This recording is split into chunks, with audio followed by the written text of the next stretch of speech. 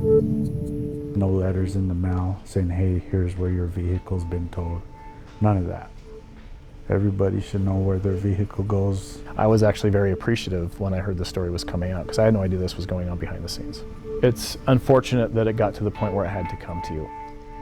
Utah lawmakers say a Fox 13 News investigation will lead to change. That investigation discovered how the state believes police departments are breaking the law when they tow your car without telling anyone where it's going. Fox 13 News investigative reporter Adam Herbetz broke that story and has tonight's update. Well, earlier this week, we showed you how officers say they want to follow the law. They want to help drivers save time and money, but they blame their administration. And while some police chiefs are facing the pressure, now they're hearing a similar message from a fellow chief and lawmaker who wants to fix this.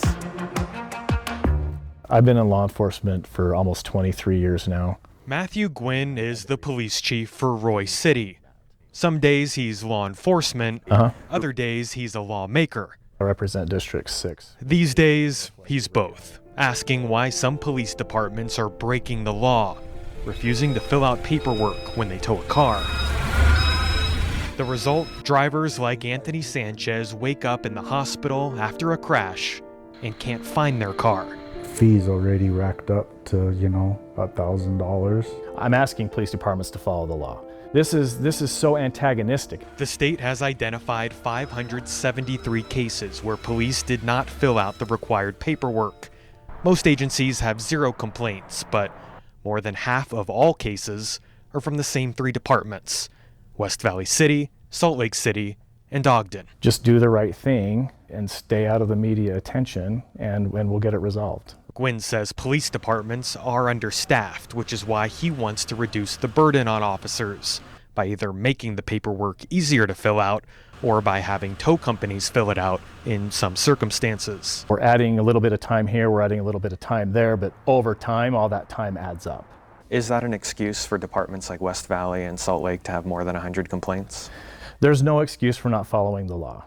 We showed him in some cases, officers say they've been told to not fill out the paperwork because they know a change to the law could be coming. I think that's inappropriate to be saying that. By them continuing to not follow the law, is that kind of a negotiating tactic?